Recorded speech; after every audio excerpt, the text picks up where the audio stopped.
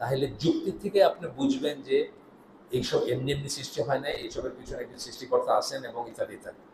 এইভাবে আল্লাহ কোরআনের ব্যাপারে বলছেন যে তারা কি, এটা সূরা নিসার 82 নম্বর আয়াত, তারা কি ভেবে দেখে না যে এই কোরআনকে নিয়ে কি তারা ভাবে না যদি এটা আল্লাহ ছাড়া কারো কাছ থেকে আসতো তাহলে তারা সেখানে বৈপরীত্য পাইত, কন্ট্রাডিকশন পাইত, বৈপরীত্য পাইত। তো কোরআন নিয়ে গবেষণা করা ইটসেলফ কিন্তু কারোর জন্য, কেউ একজন কাফের বা মুশরিকের জন্য একটা বড় সুযোগ যে সে ইসলামে আসতে পারে।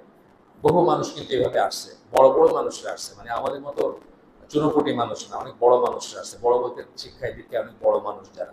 একটা বই আছে, আপনারা বইটা যারা ইংরেজি পড়তে স্বচ্ছন্দ বোধ করেন তারা দেখতে পারেন, সার্চ দিলেই পাবেন। Either they are extremely smart or they are ignorant, মোটা বই। সেলিম ক্যাঙ্গা বলে একজন কেনিয়ান মুসলিমের লেখা বই, ট্রান্সলেশন হচ্ছে বাংলায়। আমাদের এক দিনী ভাই, ওই যে বনশ্রীর মিজানুর সিদ্দিক ভাই, উনি এটা অ্যারেঞ্জ করতেছেন, এখন এডিটিং এর জন্য আছে, ট্রান্সলেশন হয়ে গেছে, কিন্তু ওই ঢাকা ইউনিভার্সিটি কোনো টিচারকে বোধহয় দেখার জন্য দিচ্ছেন আর কি। তো এই বইটা পড়লে দেখবেন যে কত বড় বড় মানুষরা, এরা মানে আমার বললাম তো আমাদের মতো লো প্রোফাইল মানুষ না, খুব উচ্চ শ্রেণীর শিক্ষিত মানুষরা। এই জন্য বলতেছেন either they are extremely smart, হয় তারা খুব স্মার্ট আর নাহলে তারা অজ্ঞ, নাহলে তারা এখনো ইসলাম গ্রহণ করছে। কেন করছে? এই কোরআন পড়ে কিন্তু বহু মানুষ মুসলিম হয়েছে। আপনারা দেখবেন, যেমন ধরেন আমি দুই একজনের নাম বলি। জেফরি লেঞ্জ একজন আছেন, ম্যাথমেটিক্সের টিচার ছিলেন, সান ফ্রান্সিসকোতে ইউনিভার্সিটির টিচার ছিলেন, এখন কি করেন আমি জানি না, আমাদের এই গ্রুপের কাছাকাছি প্লাস মাইনাস হতে পারে। উনি একদম পার নাস্তিক ছিলেন, উনি খ্রিস্টিয়ানও ছিলেন না, কিন্তু উনি কোরআন পড়ে কিন্তু মুসলিম হয়েছে। তারপরে গ্যারি মিলার একজন ক্যানাডিয়ান, উনিও ম্যাথমেটিক্সের লোক, উনিও কিন্তু কোরআন পড়ে সেলুনে ঢুকতেছিলেন, সেলুনে ঢুকে অনেক লম্বা লাইন দিতে হয়, সময় সব বসে থাকতে হয়, পুরান বইয়ের দোকান থেকে একটা কোরআনের ট্রান্সলেশন ইংরেজিতে, তাও পুরোপুরি ইংরেজি, ওইটা নিয়ে ঢুকছিলেন। এইভাবে তার জীবনে শুরু হয়েছিল এবং পরে উনি মুসলিম হয়েছেন। এই জন্য আল্লাহ বলতেছেন যে এটা কিন্তু একটা চ্যালেঞ্জ। গতদিন আমি বলে গেছি আপনাদের, ঢাকা ইউনিভার্সিটির টিচার, রিটায়ার্ড এখন, ফুল প্রফেসর ছিলেন, নাস্তিক ছিলেন, জাহাঙ্গীরনগরে ছিলেন তখন, নাস্তিক ছিলেন, কমিউনিস্ট ছিলেন, এবং কোরআনের ভুল ধরার জন্য কোরআন পড়তে শুরু করছিলেন। ওইখান থেকে কিন্তু উনি একেবারে দায়ী মুসলিম হয়ে গেছেন। তো এটাও একটা আল্লাহ যে বলতেছেন তারা কি ভেবে দেখে না কোরআন নিয়ে, আপনাকে চ্যালেঞ্জ করতেছেন আল্লাহ, আপনাকে সুযোগ দিতেছেন, আপনার লজিক করার কথা বলতেছেন, যে যদি আপনি দেখতেন, পড়তেন, তাহলে আপনি জানতেন যেটা আল্লাহ ছাড়া কারো কাছ থেকে আসে নাই, বা আল্লাহ ছাড়া কারো কাছ থেকে আসা সম্ভব না। একটা সময় আমি ছিলাম, আমার যখন গ্রোয়িং এইজে আমার যখন নানা রকম প্রশ্ন আসতো, তা আমি এখানে সেখানে প্রশ্ন করতাম, এর তার কাছে যাইতাম, মানে একটু নিজেকে কমফোর্ট করার জন্য, বুঝছেন, ইমান বাড়ানোর জন্য বা করার জন্য। তো এখন কি হয়েছে, এখন আমি যখন কোরআনের একটা ভালো তফসির নিয়ে বসি, আমি জাস্ট প্রথম লাইন থেকে বুঝি যে এটা আল্লাহর কাছ থেকে আসছে। মানে আমি ল্যাঙ্গুয়েজ থেকে বুঝি, আমি বাক্যের বিন্যাস থেকে বুঝি, আমি ওইটার বক্তব্য থেকে বুঝি, প্রথম লাইন থেকে বুঝি। আপনাদের সেটা আসবে ইনশাল্লাহ, মানে নাই আমি বলতেছি না, কিন্তু কারো যদি থাকে, এটা একটা নাইস ওয়ে, কিন্তু আপনার মানে বিশ্বাস বাড়ানোর একটা সুন্দর ওয়ে, যে আপনি কোরআন দিয়ে শুরু করতে পারেন। আচ্ছা দেখি কি আছে এখানে, এবং একটা ভালো ট্রান্সলেশন নিয়ে, একটা ভালো তফসির নিয়ে, ভালো ট্রান্সলেশন বললাম, ভালো তফসির বললাম। অনেক সময় ট্রান্সলেশন একটা একটা আয়াতের নাশ করে দেয়, সর্বনাশ করে দেয়, বা একটা ইসের, যেমন টমাস ভ্যালেন্টাইন আরভিন বলে একজন আছেন, আমেরিকান, উনি একটা কোরআন ট্রান্সলেশন করছেন কথ্য আমেরিকান ভাষায়, বুঝছেন। ওইটা যদি আপনি পড়েন, আপনার মনে হবে যে কি, কিছুই তো বুঝলাম না, এটা এটা কি হইলো। এখন আমি যদি বাংলা উপন্যাস যে ভাষায় লিখি বা গল্প যেই ভাষায় লিখি, ওই ভাষায় কোরআন লিখতে তো হবে না। কোরআন একটা স্টাইল আছে না, ওই স্টাইলটা আপনার ট্রান্সলেশনের ভিতরেও কিছুটা ফুটে আসতে হবে। কিন্তু ট্রান্সলেশন যদি আপনার ডাইল ভাত পাকা করে ফেলেন, তাহলে কিন্তু আপনার উপর এফেক্টটা আসবে না। এই জন্য একটা ভালো ট্রান্সলেশন বললাম এবং ভালো তফসির বললাম।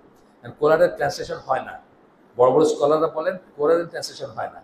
এই জন্য তারা লেখেন কি, এখন লেখেন TMQ, translation of the meaning of the Quran. আপনি যা বুঝছেন কোরআন পড়ে, ওইটাই আপনার ট্রান্সলেট করছে, কোরআনের ট্রান্সলেশন হয় না। এটা হলো এখনকার স্কলার, বড় স্কলার যারা, তারা বলবেন যে কোরআনের কোনো অনুবাদ হয় না। কিসের অনুবাদ হয়? অর্থের অনুবাদ হয়। আপনি যেটা বুঝছেন সেটাকে আপনি আপনার ভাষায় প্রকাশ করছেন, কিন্তু সেই ভাষাটাও কিন্তু একটু অন্যরকম ভাষা হইতে হবে, যেন তার ভিতর দিয়ে আপনি ফিল করেন যে আল্লাহ কথা বলতেছেন। যদিও আরবি ছাড়া এটা ফিল করা সম্ভব না, তারপরেও যেন আপনি, আপনার ভিতরে একটা বোধ আসে যে এটা আপনার মালিকের কাছ থেকে আসা, তার বক্তব্য, তার কথা, তার আচ্ছা, যাই হোক, তো আমরা আমাদের মেন কথায় ফিরে আসি। তো তো আল্লাহ কি সত্যি আছেন এটা আমরা শেষ করছি গতদিন। আমরা বলছিলাম যে আহ, আল্লাহ আছেন এটাতে যারা বিশ্বাস করেন তারা নিশ্চয়ই মসজিদে আসেন নাই বা এখানে হালাকা শুনতে আসেন নাই। তারপরেও এটা ভাবার একটা ব্যাপার আছে, কেন যে আল্লাহ যদি আমরা সত্যি বিশ্বাস করতাম তাইলে আমাদের যেরকম জীবনযাপন করার কথা আমরা তো সেরকম জীবনযাপন করি না, তাই না? মানে আমি ওই দিন জিজ্ঞেস করছিলাম কিনা জানি না, ধরেন একটা খুব কমন কথা, ইসলামী কথা বলতেছি আমি, মানে ইসলামের একটা মানে খুব শক্ত একটা মানে পয়েন্ট বলতেছি আমি, সেটা হচ্ছে যে আমরা কি সবাই নিশ্চিত যে দরজা দিয়ে বাইরে হয়ে যাবো বেঁচে, মানে জীবিত অবস্থায়? আমরা ইসলাম থেকে কি জানি, আল্লাহর কথা রসুলের কথা থেকে কি জানি? আমরা কি নিশ্চিত এখান থেকে বাইরে হয়ে যাবো সবাই? হ্যাঁ, না, তাই না? কেউ মরে যেতে পারে এখানে, তাই না? তাই তো ব্যাপারটা। এটা কিন্তু ইসলামের ওয়ার্ল্ড ভিউ। আপনি যদি সত্যি আল্লাহ বিশ্বাস করতেন, যেমন বিশ্বাস করা উচিত, ওই দিন আমি গতদিন বলছিলাম একটা আয়াত যে আল্লাহকে এমনভাবে ভয় করে যেমন ভয় করা উচিত, সূরা আলে ইমরান 102 নম্বর আয়াত। এবং মুসলমান অবস্থায় মৃত্যুবরণ করো, মানে মুসলমান না থাকা অবস্থায় মৃত্যুবরণ করো না। আচ্ছা, বলছিলাম আমরা তা কেমন ভয় করা উচিত আল্লাহকে, কেমন বিশ্বাস করা উচিত? যদি আমি সত্যি ইসলামের সবকিছুতে আল্লাহর কথাগুলোতে সব বিশ্বাস করতাম, তাহলে আমি এক মুহূর্তেরও ভরসা করতাম না, মানে আজকের দিনটা আমার শেষ দিন হইতে পারে এটা মনে করতে পারতাম, অথবা আজকে রাতে ঘুমাইলে সকালে উঠবো না, এটা তো একটা ইসলামিক আকিদার পয়েন্ট। না উঠতে পারি, আমরা দোয়াও করি সেইভাবে। তাহলে আমরা যে এখানে তো রিলেটিভলি ভালো মুসলিমরা বসছি রিলেটিভলি আর কি, আপনারা কি কেউ ওয়াইফকে বলে আসছেন আজকে কে কত পায় আপনার কাছে? কেউ বলছেন নাকি? একজন হাত তোলেন। আপনি বলছেন? মাশাআল্লাহ, একজন। একজন, কিন্তু কতজনের ভিতরে? এখানে 25 জনের ভিতরে একজন, পার্সেন্টেজটা দেখেন। আপনি যদি ওইভাবে আল্লাহ বিশ্বাস করতেন, আল্লাহ কেমনভাবে ভয় করে যেমন ভয় করা উচিত, বা আল্লাহ কেমনভাবে বিশ্বাস করে যেমন বিশ্বাস করা উচিত, আপনি ওয়াসিয়ত নামাজ বলি না আমরা, লেখা, এ অত পাই, আমি তার কাছে এত পাই, বালিশের নিচে রেখে ঘুমাইতেন। আব্দুল্লাহ ইবনে ওমর করতেন এটা। আমি দোষ ধরতেছি না আপনাদের, কিন্তু বলতেছি যে এই প্রশ্নটা এই জন্যই আসছে যে আমরা কি সত্যি আল্লাহ বিশ্বাস করি নাকি, অথবা যেমনভাবে বিশ্বাস করা উচিত তেমনভাবে বিশ্বাস করি কিনা, তাই না? এখানে ইসের স্কোপ আছে, এই জন্য কিন্তু মুসলিমদের ভিতরে বসে আমি কিন্তু এই কথাটা বলছি। আমি একটা উদাহরণ দিছি, ট্রাফিক পুলিশের উদাহরণ দিছি, যে ট্রাফিক পুলিশ একটা লোক একেবারে কনস্টেবল র্যাঙ্কের, পুলিশের লোয়েস্ট র্যাঙ্ক, সেই লোকটা হাত দেখে বসে আছে, 500টা গাড়ি বসে আছে, হাত নিষ্পিস করতেছে, তাড়াতাড়ি যাবে, এখানে ওটা মিস হইতেছে, ওখানে মিটিং আছে, ওইখানে এটা আছে, কিন্তু কিছু করার নাই, বসে আছে। কেন? কারণ এই লোকটাকে দেখে সে, এই লোকটাকে দেখতেছে যারা আছে গাড়ির কাফেলায়, 500 গাড়ি আছে, 50টা গাড়ি আছে, অনেক বড় বড় মানুষ আছে, অনেক বড় লোকরা আছে, এই লোকটাকে দেখে এবং বিশ্বাস করে যে এই লোকটা তার কোনো ক্ষতি করতে পারে যদি সে না মানে তার কথা, তাই না? এখন দেখেন আল্লাহ আমাদেরকে কত কিছু নিষেধ করছে, কত কিছু নিষেধ করছে, সিনেমা নিষেধ, গান নিষেধ, রাস্তায় যেতে মেয়েদের দিকে তাকানো নিষেধ, চোখ নিচু করে যাওয়ার কথা, কত কিছু নিষেধ করছে। আমরা সুদ নিষেধ, ঘুষ নিষেধ, আমরা সমানে করে যেতেছি না এগুলো? তাহলে কি আমরা ওইভাবে বিশ্বাস করি যেভাবে বিশ্বাস করা উচিত না? ওই ট্রাফিক পুলিশটারে আমি যেটুকু পাত্তা দিই, বা যেটুকু ভয় করি, বা যেটুকু মনে করি সে আমাকে কিছু করতে পারে, এইটা আমরা পাত্তা দিই না আল্লাহরে। সত্যি কথা যদি বলি, যদি আমরা দিতাম তাহলে আমরা করতে পারতাম না যেসব নিষেধ করছে, ঠিক না কথাটা? ওই লোকটা একটা খুবই অর্ডিনারি একটা লোয়েস্ট লেভেলের পুলিশের একটা র্যাঙ্ক তার, কিন্তু তার একটা আছে, পাওয়ার আছে, যেটার ভয় আমি কিন্তু এই সিগন্যালটা ওভারহেড করে যাইতেছি না। অথচ আল্লাহ কত জিনিস আমাদেরকে নিষেধ করছেন, আমরা সমানে সেগুলো করতেছি। কত জিনিস আমাদেরকে আদেশ করছেন, আমরা সমানে সেগুলো করছি, আমি সহ আমার কথা বলছি। এই জন্য আমাদের ওই আলোচনাটা দরকার ছিল যে আল্লাহ কি সত্যি আছেন নাকি, থাকলে আমাদের উপর সেই এফেক্ট হওয়া উচিত, যেটা মানে সেই এফেক্টটা হওয়া উচিত ছিল যেটা সত্যি বিশ্বাস করলে। যেটা একটা উদাহরণ দিলাম আমি আপনাদের, যে আমি যদি মনে করতাম যে আমি আর কালকের দিন নাও দেখতে পারি, আমি কিন্তু বলে আসতাম কে আমার কাছে কত পায়, ব্যাংকের চেক বইটা কোথায় আছে, আমি কার কাছে কত পাই, বা আমার একটা ইচ্ছা যে আমি বললে আমার ক্যাশ পয়সা যেগুলা থাকবে সেগুলোর 1/3 এই এই এই মাদ্রাসায় বা এই মসজিদে দিয়ে কথার কথা বলছি, যা যার মনে আসে সেটা বলতাম। তো একই একই হিসেব থেকে আমরা আমরা আজকে তার পরবর্তী স্টেপের এটা পড়বো যে কোরআন কি সত্যি আল্লাহর কাছ থেকে আসছে কিনা। এই বিশ্বাসটা অত্যন্ত জরুরি। আল্লাহ যে সত্যি আছেন এটা যেমন জরুরি, কোরআন আল্লাহর কাছ থেকে আসছে এই বিশ্বাসটা অত্যন্ত জরুরি একটা বিশ্বাস। এবং এই বিশ্বাসটা যদি না থাকে তাহলে কিন্তু আপনার এইটা পুরা হবে না, আপনি আপনি পরিপূর্ণ মুসলিম হতে পারবেন না। একটু আগে আমি গল্প ছলে বলতেছিলাম যে এই বিশ্বাসের আরেকটা দিক হচ্ছে যে রাসূল সাল্লাল্লাহু আলাইহি ওয়াসাল্লাম আল্লাহ সত্যিকার রাসূল। যদি আল্লাহ রসুল সত্যিকার রসুল হয়ে থাকেন তাহলে উনি বলতেছেন এটা কোরআন আমার কাছে নাজিল হয়েছে, আমি তাকে বিশ্বাস করতাম, আমি বিশ্বাস করতাম যে এটাই কোরআন। কোরআনিয়ানদের এগেনস্টে কিন্তু এটা সলিড একটা যুক্তি। কোরআনিয়ানরা বলে যে কোরআন মানে কিন্তু হাদিস মানি না। তো আপনি তারা জিজ্ঞেস করবেন যে কোরআন এটা তোমার কে বলছে, কোথায় পাইছো কোরআন যে কোরআন? কোনো জানার উপায় আছে আমাদের? একমাত্র আল্লাহ রসুল বলছেন যে এটা কোরআন আর এটা না, এটা হাদিস কুদসি আর এটা কোরআন, তবে আমরা বুঝছি যে দুইটার ভিতরে ডিফারেন্স কি, তাই না? তাইলে কোরআন কোথায়, যদি বলে যে কোরআন মানে হাদিস মানে না, তাহলে তুমি কোরআন কোথায় পাইছো জিজ্ঞেস করলে শেষ। কিন্তু আসলে একটা যুক্তি এনাফ, যদিও আরো অনেক কিছু আছে। এই জন্য এই বিশ্বাসটা হলো একই বিশ্বাস দুইটার দিক থেকে আমরা অ্যাপ্রোচ করতে পারি। যে কোরআনে যদি আপনি পরিপূর্ণ বিশ্বাস করেন তাহলে আপনি রাসূলে বিশ্বাস করবেন, আর রাসূলে পরিপূর্ণ বিশ্বাস করলে আপনি কোরআনে বিশ্বাস করবেন। আমরা দুইটাই একটু ছুঁয়ে যাব। প্রথমে আমরা রাসূল নিয়ে একটু চিন্তা ভাবনা করব। রাসূল সাল্লাল্লাহু আলাইহি সাল্লামকে অনেক মানুষ আছে যারা মনে করে উনি ভণ্ড নবী ছিলেন, মনে করেন না? খ্রিস্টান, কাফের, মুশরিক কত ধরনের কথা বলে থাকেন। আপনি একটা সার্চ দিলে দেখবেন হয়তো 1 লক্ষ ওয়েবসাইট আছে আল্লাহ রসুলকে ভেরিফাই করে আছে। এখন আমরা কি অন্ধভাবেই মেনে নিলাম তাকে, নাকি আল্লাহ যেটুকু প্রজ্ঞা দিচ্ছেন সেটা দিয়ে আমাদের চিন্তা ভাবনা করার স্কোপ আছে যে আল্লাহ রসুল কি সত্যিকার রসুল কিনা? প্রথমে দেখি আমরা তারা কি বলতো আল্লাহ রসুলকে, কাফেররা বা মুশরিকরা, সে মক্কার তখনকার বা এখনকার কাফেররা কি বলতো? প্রাথমিকভাবে 3টা কথা বলতো। পাগল বলতো তারে, পজেসড বলতো। পজেসড মানে জিনে ভর করা, জিনে ধরা বলি না আমরা? জিনে ধরলে মানুষ অনেক উল্টাপাল্টা কথা বলে, এটা বলতো। কবি বলতো, কবিতা। এই 3টা আরো বলতো। মিথ্যাবাদী, এটা আমরা গেলাম না, আমরা তর্কের খাতিরে এই 3টেই কনসিডার করব। প্রথমে কবি বলতো। আল্লাহ রাসূল সাল্লাল্লাহু আলাইহি ওয়াসাল্লাম 40 বছর বয়সে রাফলি আপনার প্রথম 5টা আয়াত আসে সূরা আলাক, প্রথম 5টা আয়াত। এখন কবিতা মানুষে কোন বয়সে লেখে? প্রথম কথা, কবিতাকে 40 বছর বয়সে লেখে? আপনারা বলেন, ইয়াং মান যারা, কারা কোন বয়সে লেখে? মানুষের চোখে মনে যখন রং লাগে, তখন রং লাগে কোন বয়সে?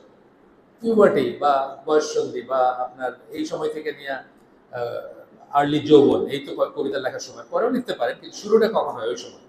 তো নবুয়ত লাভের আগে তার কোনো শত্রু কি কোনোদিন বলছে যে উনি 1 লাইন কবিতা লিখছেন? কোথাও আপনার দেখেন, খুঁজে বাইর করেন।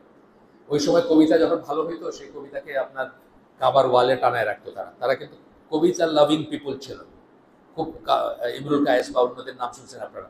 কবিতাটা এই জন্য আল্লাহ কিন্তু কোরআন যে মিরাকেল, এবং সব মিরাকেল গুলা আল্লাহ এমনভাবে দিয়েছেন অন্যান্য নবীদেরও, যেই সময় যেটার চর্চা বেশি সেই অনুযায়ী মিরাকেলটা দিয়েছেন। যে জন্য তাদের ভিতর যারা খালিস নিয়তে, তারা কিন্তু একবার কোরআন শুনে বুঝছে যে এটা এই দুনিয়ার কিছু না।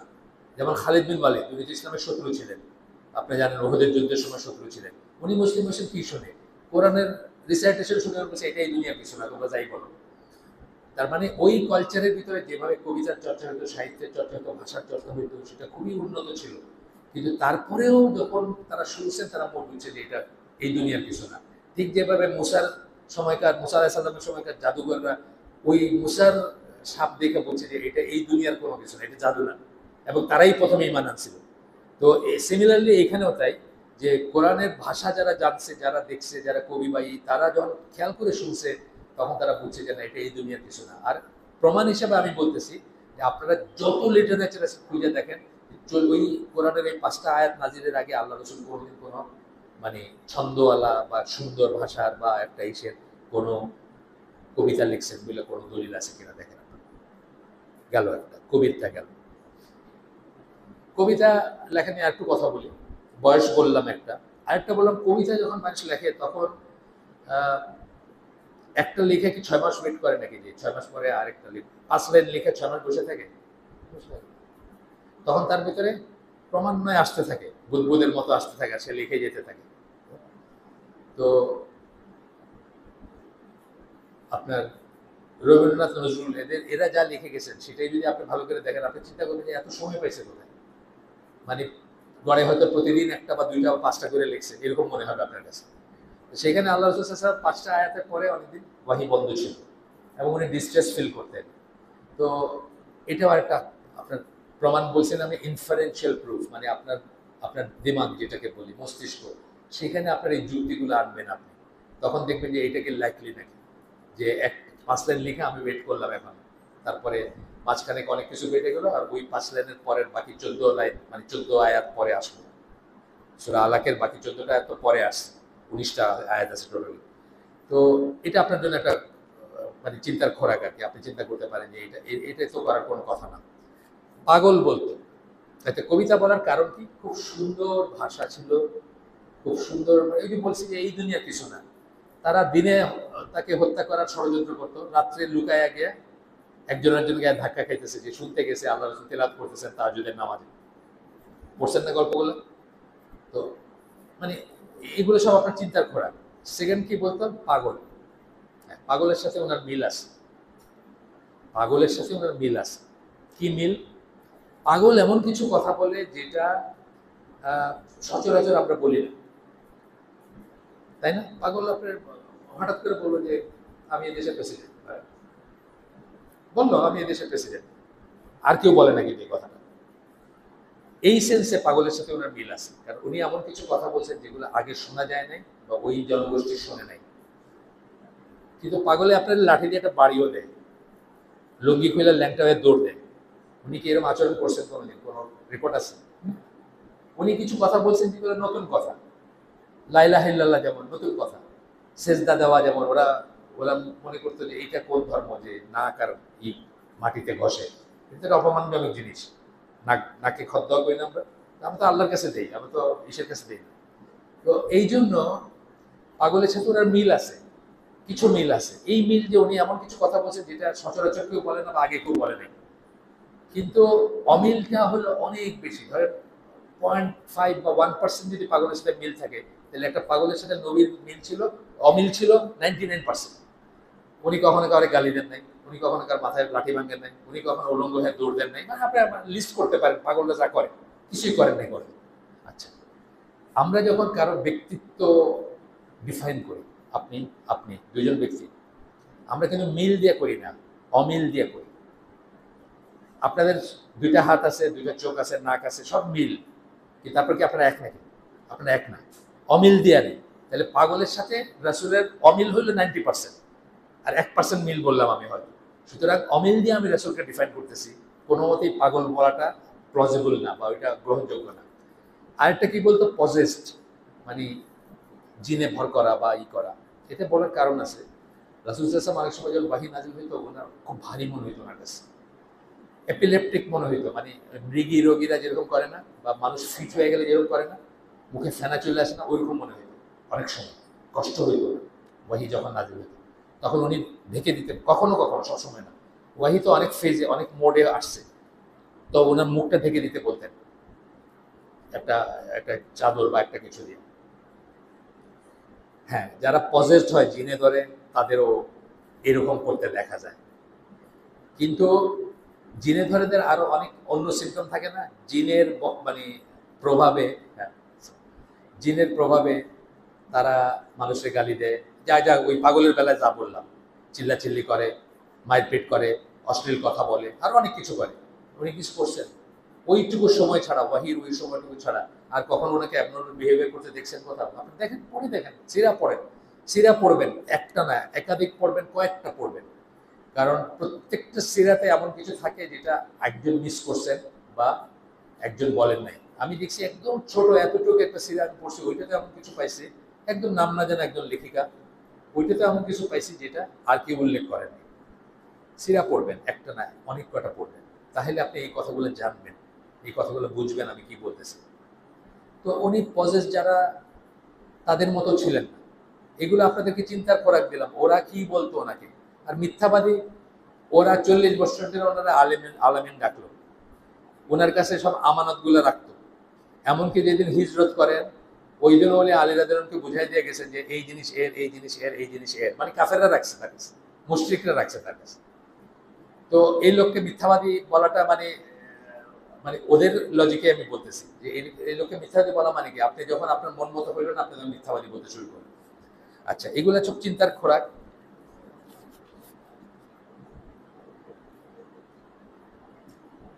নবুয়ত লাভ করার আগে পর্যন্ত কখনো তাকে কোনো মিথ্যাচার করতে দেখছেন কিনা? সিরা পড়েন, রিপোর্ট পড়েন, পশ্চিমাদের রিপোর্টও পড়তে পারেন, দেখছেন কিনা দেখবেন। তবে পশ্চিমারা আল্লাহ রসুলকে নিয়ে অনেক মিথ্যা কথা বলছে। তার একটা প্রমাণ আমি দিচ্ছি আপনাদেরকে। বাংলায় ট্রান্সলেট হয়েছে একটা বই, ক্যারেন আর্মস্ট্রং, অনেকে হয়তো নাম শুনছেন, একজন মহিলা, উনি ক্যাথলিক ছিলেন, নান ছিলেন। ওখানে বাইরে এসে উনি একসময় ইসলাম গ্রহণ করবেন কিনা এরকম চিন্তা ভাবনা করতেছিলেন। ইসলামের উপর পাঁচ ছটা বই আছে না, একটা বই হচ্ছে আল্লাহ রসুলের লাইফ লাইফ নিয়ে বাংলায় ট্রান্সলেট হয়েছে। আমি দেখি নাই বাংলাটা, বাট ইংলিশটা যারা পড়তে পারেন ইংলিশটাই পড়েন। ওইখানে একটা চ্যাপ্টার উনি দিচ্ছেন, Muhammad the enemy. Muhammad the enemy চ্যাপ্টারটার নাম, মানে মোহাম্মদ শত্রু, শত্রু মোহাম্মদ। ওইখানে উনি বলছেন যে কিভাবে পশ্চিমা আপনার ফিলোসফাররা, পশ্চিমা লেখকরা কিভাবে তার ব্যাপারে মিথ্যাচার করছেন। একদম মিথ্যা কথা, ডাহা মিথ্যা কথা লিখেছে। এবং বড় বড়রা, দান্তে, তারপরে রুশো, ভোল্টেয়ার, এই ধরনের মানুষরা কিন্তু তার নামে মিথ্যাচার করে গেছে। বড় বড় মানুষরা, আদারওয়াইজ যারা খুব নীতিবান মানুষ তারা। তো এগুলো পড়বেন, এগুলা পড়লে ইমান বাড়বে, প্লাস আপনার বিশ্বাসটা ঠিক হবে। তো নবুয়ত লাভের আগে পর্যন্ত উনি মিথ্যাবাদী, এই কথা কোনো তার শত্রু বলছিল কিনা কখনো। উনি শর্ট, যেটাকে আমরা বলি ঠগ বলি না আমরা, ঠগ। আপনি দেখবেন যে সাধু টাধুগুলো আছে, যে এখন একটা নিয়ে চলতেছে রামদেব ইন্ডিয়ায়, এটা ওই করোনিল বানাইছে, করোনার সময় ওষুধ বেচে বিলিয়নের হয়ে গেছে এইসব, মানে কি বলবো, মানে প্রতারণা করে। এখন তারা ইন্ডিয়ান সুপ্রিম কোর্ট ধরছে, মানে সব সব মিথ্যা আজে বাজে কথা বলে সেই করে গেছে। যারা অ্যাম্বিশাস হয়, যারা ঠগ হয়, তাদের প্রাপ্তিটা কি? দুনিয়া, টাকা পয়সা, ঐশ্বর্য, প্রতিপত্তি, ক্ষমতা, তাই না? এই সাধুগুরু বলে একটা আছে, ওইটারও দেখেন, ওটার অনেক হিস্ট্রি আছে, বিলিয়নারি গুলো সব, বুঝছেন তো? আপনারা আমার এই আপনারা আমাদের মতো আমজনতা যারা ইন্ডিয়া আছে বা বাইরে আছে, বাইরেও কিন্তু এগুলো খুব খায়। বাইরে বলতে আমেরিকায় বা অন্যখানে খায়, এই যোগ ব্যায়াম, এটা না ওইটা না করে বিলিয়নারি হয়ে গেছে। আল্লাহ রসুল কি নিয়ে মারা গেছিলেন? কত বিলিয়ন ডলার নিয়ে মারা গেছেন? আপনি সিরা পড়লে দেখবেন, যখন উনি ডিফেক্টো প্রেসিডেন্ট ধরেন মদিনার স্টেটলেট বা রাষ্ট্রের, তখন উনি খচ্চরের উপরে বা গাধার উপরে সাদা, উনি সামনে পিছনে মুয়াদ বিন জাবল, হাদিসে বর্ণনা আছে। এটা আজকালকার দিনে হলো যে বাংলাদেশের প্রেসিডেন্ট যদি হন্ডায় চলে যায় তাহলে, আপনি যদি দেখেন বাংলাদেশের প্রেসিডেন্ট হন্ডায় আর তার দিদি ভাই তার পিছনে বসে আছে, কল্পনা করা যায়? কল্পনা করা যায়? কল্পনা করা যায়। তখনকার দিনে বিএমডাব্লিউ হয়তো কি, অ্যারাবিয়ান হর্স, খুব দামি, সবচেয়ে ওয়েল ব্রেড ইসের হর্স একটা নিয়ে আসলেন, ঘোড়া, একা চড়তেছেন ওইটাতে, আশেপাশে সব বল্লম নিয়ে শান্তি সামন্ত, মানে কি বলে ওই পেয়াদা টেয়াদা চলতেছে, তাইলে বুঝতেন উনি কি নিয়ে গেছিলেন দুনিয়া থেকে। তাইলে উনি সততা বা অ্যাম্বিশাস যেটাকে বলি, উচ্চাকাঙ্ক্ষী, উচ্চাভিলাষী। রাম রহিম সিং আছে একটা, এই কয়দিন জেল খেটে বাইরেছে, মানে মিথ্যা কথা বললাম, মেয়েদেরকে এক্সপ্লয়েট করে, এটা করে সেটা করে, মানে প্রচন্ড রকমের শর্ট একটা মানুষ, বা মানে দুর্বৃত্ত যদি বলে। তো উচ্চাভিলাষী কোনো কর্মকাণ্ড আমরা দেখতে পাই না তার ভিতর। যখন মক্কার কাফেররা তাকে, মুশরিকরা তাকে বললো যে তুমি পাওয়ার চাও, তোমার পাওয়ার দিতেছে, তুমি মেয়ে মানুষ চাও, তোমার মেয়ে মানুষ দিতেছে, শুধু তুমি আমাদের একটু করবা আর কি, গালিগালাজ করবা না। গালিগালাজ মতোই তাদের আর কি, দেবতা টেবতা এগুলো নিয়ে তুমি কটু কথা কইও না, এগুলার একটু সম্মান করবা। তো উনি কি বলছেন, এক হাতে সূর্য আরেক হাতে চাঁদ দিলেও আমি যা বলতেছি এটাই বলবো। তাহলে উনি ক্ষমতা চাইলে তখনই দিতে পারতেন, কষ্ট করে। কবে, মানে আনসিন ভবিষ্যতে কবে কি হবে এটার তো কোনো ছিল না। তো এটা আপনাদের চিন্তার খোরাক দিচ্ছি আমরা। তার চরিত্রের উপর কতটুকু বিশ্বাস থাকলে, কতটুকু বিশ্বাস তারা করলে। কয়টা পর্যন্ত যাবো আমরা? সাধারণত কয়টায়? ঈশা কয়টায়? ঠিক আছে, 8:30। অনেক সময়, অতটুকু যাওয়ার দরকার না হইতে পারে। তার চরিত্রের উপর কতটুকু বিশ্বাস থাকলে, কুরাইশরা আপনারা জানেন যে কাবা একবার রিবিল করছিল আল্লাহ রসুলের, তখনও নবী না আল্লাহ রসুল, সেই অবস্থায় তারা কাবা রিবিল করছিল, বানাইছিল। তো সেই অবস্থায় উনি তখন ইয়াংম্যান, এই পাথরটা কারা জায়গা মতো বসাবে এটা নিয়ে তাদের প্রায় যুদ্ধ অবস্থা। গোত্রের প্রাইড আছে, এই গোত্র না ওই গোত্র, নয় গোত্র নয় গোত্র, এরকম। তখন তারা কি করছিল, আল্লাহ রসুলকে তারা এই সালিশ মানছিল, উনি যেটা বলবেন ওটা তারা মেনে নেবে। তার মানে ওই ইয়াং মানুষটার উপরে তাদের কতটুকু আস্থা ছিল বা বিশ্বাস ছিল যে তাকে তারা সালিশ মানছে এই ইম্পর্টেন্ট, তাদের মতে এই ইম্পর্টেন্ট কাজটার জন্য।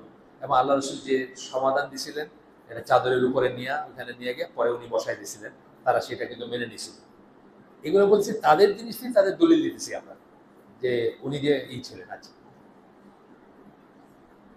এখন ধরেন আরেকটা বলতো যে মিথ্যাবাদী, পরের দিকে যখন তাদের সাথে মিলল না সবকিছুতে, তাদের ভিতর যারা যারা প্রজ্ঞা ছিল, তারা দেখতেছিল যে যদি লা ইলাহা ইল্লাল্লাহ এস্টাবলিশ হয়ে যায়, তাদের ব্যবসা বাণিজ্য তারা যা করতো সব শেষ। তাদেরই ছিল কেউ কাজের মেলা ওই কেন্দ্রিক আসবে, এই বেচাকেনি হবে, অশ্লীলতা গান বাজনা হবে, হজ করবে, এইসব থেকে তো তাদের আসতো, পয়সা আসতো।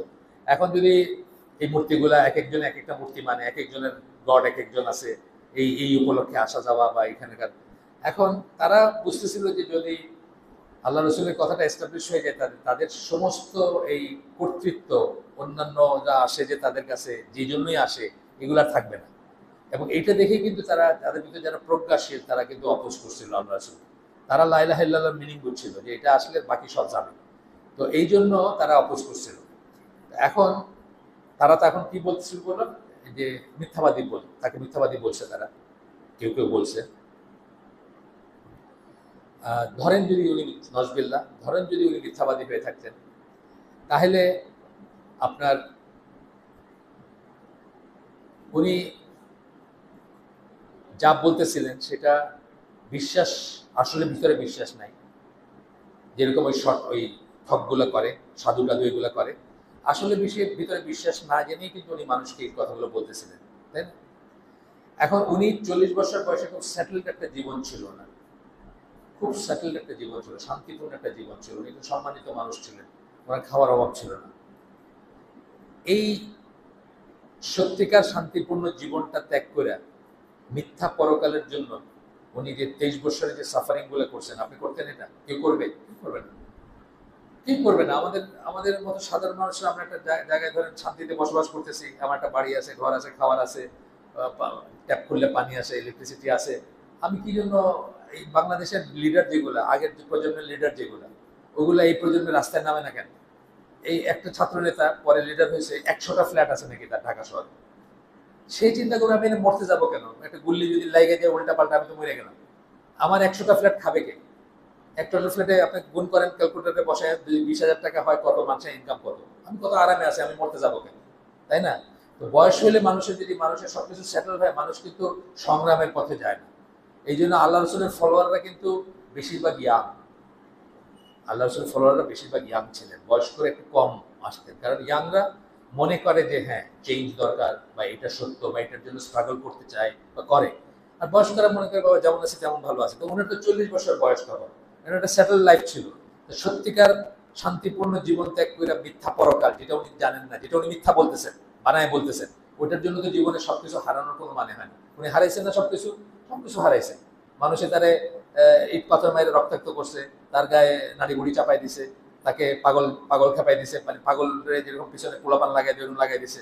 তো কি দরকার ছিল এগুলো? শান্তিপূর্ণ একটা জীবনযাপন করার কথা না? মানে আপনার লজিকের জন্য আমি বলতেছি, আপনি চিন্তা করবেন যে উনি সত্যিকার নবী ছিলেন কিনা। তো এটা একটা পয়েন্ট।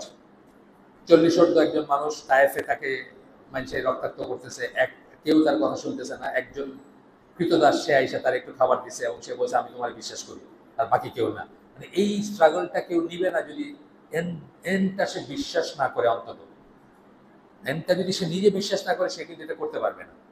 আচ্ছা, এরপরে একটা জিনিস হচ্ছে, মিথ্যাবাদী না, ধরেন নজবিল্লা, আমরা তো বলি না, ওরাও কি বলে, যে কতটুকু কতটুকু সত্যি এবং কতটুকু মিথ্যা যদি হয়, এই পসিবিলিটি যদি ধরেন। যে এক্সপিরিয়েন্স উনি বর্ণনা করছেন, যে জিবরাইল আলাইহিস সালাম যখন প্রথম তার কাছে ওয়াহী নিয়ে আসলেন, উনি বুঝেন নাই প্রথমে, তারপরে ভয় পাইছেন। এই এক্সপিরিয়েন্সে যার হবে, এইটুকু যদি সে সত্যি জানে, বা এই এক্সপিরিয়েন্সে যদি সত্যি হয়, তাহলে বাকি জীবনে আর কোনোদিন মিথ্যা বলতে পারবে সে? পসিবল? খুবই ডিফিকাল্ট, তাই না? এইটা যার বাস্তব অভিজ্ঞতা হবে, জিবরাইল আলাইহিস সালামের সাথে তার এনকাউন্টারটা যা ছিল, এবং যে জন্য উনি ভয় পাইছেন, উনি বাড়িতে আসছেন, আইসা বলছেন ওয়াইফকে যে আমাকে ঢেকে দাও, তারপরে তার ওয়াইফ থেকে কমফোর্ট করছে যে আপনি ভালো মানুষ, আপনার উপর কোনো অনিষ্ট হইতে পারে না, নিশ্চয়ই এটা আল্লাহর থেকে, নিশ্চয়ই এটা ভালো। তারপরে ওয়াইফ তার একজন চাচার কাছে নিয়ে গেছেন, ওয়ারাকা বিন নফল। উনি শুনছেন ঘটনা, শুনে উনি বলছেন যে উনি বিশ্বাস করেন এটা। মানে এই যে ঘটনাগুলো বলতেছে, এইটা যার জীবনে ঘটে যাবে সে মিথ্যা বলা খুব ডিফিকাল্ট না। আচ্ছা, এখন ধরেন 23 বছর ধরে, তাহলে আংশিক সত্যি আংশিক মিথ্যা হওয়ার চান্স নাই, কিছুটা সত্য কিছুটা মিথ্যা হওয়ার চান্স নেই। তাহলে ওনার এটা মনে হতো যে এই জিবরাইল আলাইহিস সালামের সাথে যে এক্সপিরিয়েন্স, এই এক্সপিরিয়েন্স তাকে ধ্বংস করে দিবে যদি উনি মিথ্যা বলেন। তাহলে আইদার সবটুকু মিথ্যা বলছেন আর নাইলে সবটুকু সত্যি বলছেন। আমরা লজিক দেখেছি। ধরেন সবকিছু মিথ্যা বলছেন, মানে 23 বছর ধরে যত ওয়াহি আসছে একটাও আসে নাই, উনি বানায় বানায় করছেন। অনেক আগে আমার বাসায় যখন টেলিভিশন ছিল 2001 সালের আগে, আমার কোনোদিন ডিশ ছিল না, কোনোদিন স্যাটেলাইট টিভি ছিল না বা কেবল টিভি ছিল না। যখন বিটিভি ছিল 2001-এর আগে, তো তখন টিভিতে একটা প্রতিযোগিতা হইতো যে মিথ্যা কথা বলার প্রতিযোগিতা। অর্থাৎ আপনাকে প্রশ্ন করবে, যা প্রশ্ন করবে আপনার মিথ্যা বলতে হবে। আপনার জিজ্ঞেস করলাম আপনার নাম কি নাজিম, আপনি বললেন না আমার নাম এনামুল হক, ধরেন কথার কথা, প্রত্যেকটা মিথ্যা বলতে হবে। তো দেখা যেত সাধারণ মানুষই 4টা-5টার পরে একটা সত্যি বের হয়ে যেতেছে, বুঝছেন?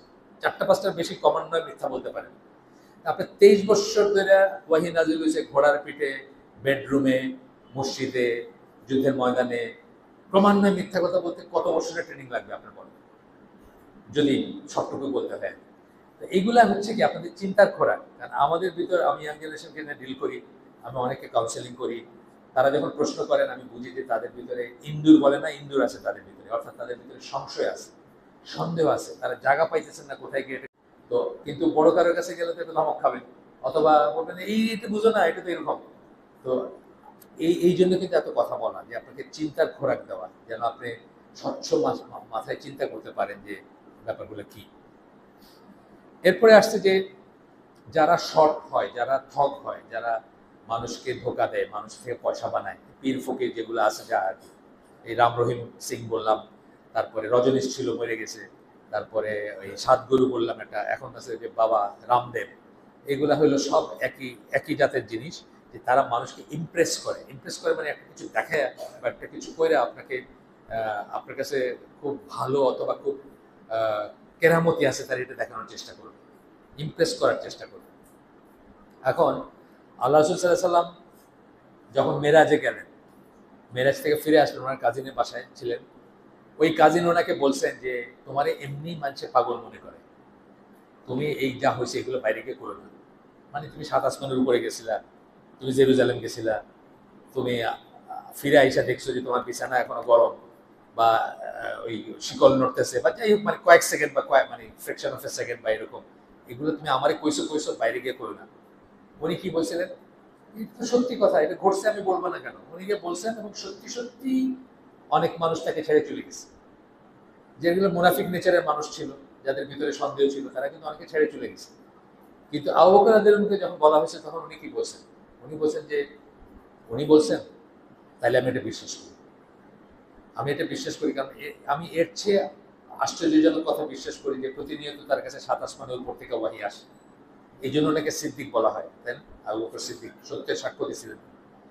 তো ইমপ্রেস করার চিন্তা থাকলে উনি কিন্তু ওই সময় ওই কথাটা বলতেন না, পরে আরেক সময় বলতেন, যখন তার লস হবে না, লোকে তাকে ছেড়ে চলে যাবে না, বা লোকে তাকে পাগল মনে করবে না, তখন বলতেন। মানে হিকমা করতেন, বুঝছেন না? হিকমা করে একটু সত্যটা একটু পরে বলি, সময় হইলে বলি, সেটা কিন্তু করেন নাই। ঘটছে বলবো না কেউ, এটা সত্যি কথা।